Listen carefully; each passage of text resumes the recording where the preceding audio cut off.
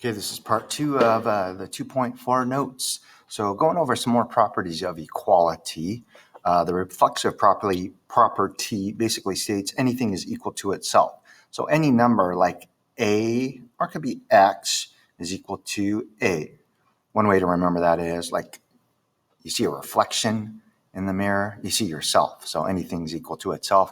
You could apply the reflexive property to numbers, to segment lengths. So a segment AB, remember if I just write it like this, that means the segment length without the little segment symbol on top. So the length of AB is equal to the length of AB.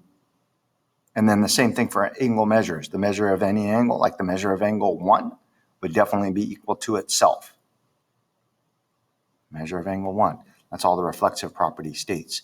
The symmetric property states that if you have a number A equal to a second number B, then B, that number would be equal to A. That's a symmetric property of numbers. For segment lengths, if you have the length of one segment, AB, equal to the length of a second segment length, CD, then that second segment length, say that 5 times fast, CD is equal to that first segment length, AB. And then the same thing applies to angle measures.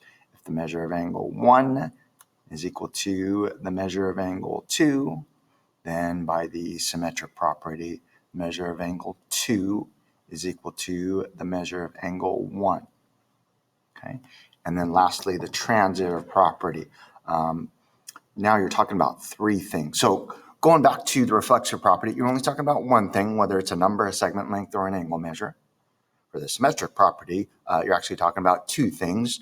Again, whether it's a number, a segment length, or an angle measure. For the transitive property, you would actually be talking about 3 things. So for numbers, for the transitive property, if A is equal to B, and B is equal to C, I said if, I didn't write that, then the conclusion that you could come up with using the transitive property is A is equal to C.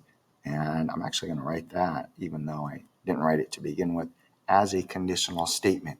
And then the same thing could be true for segment lengths. You're still talking about 3 things. I'm going to write it down here since I'm running out of room.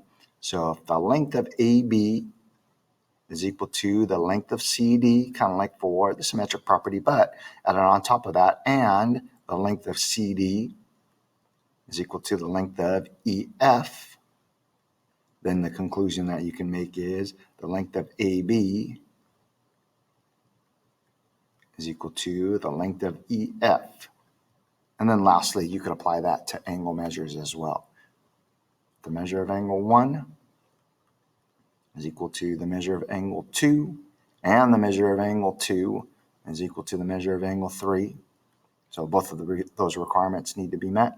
Let's see if I could fit this on the screen here. I can. Hopefully you could see that.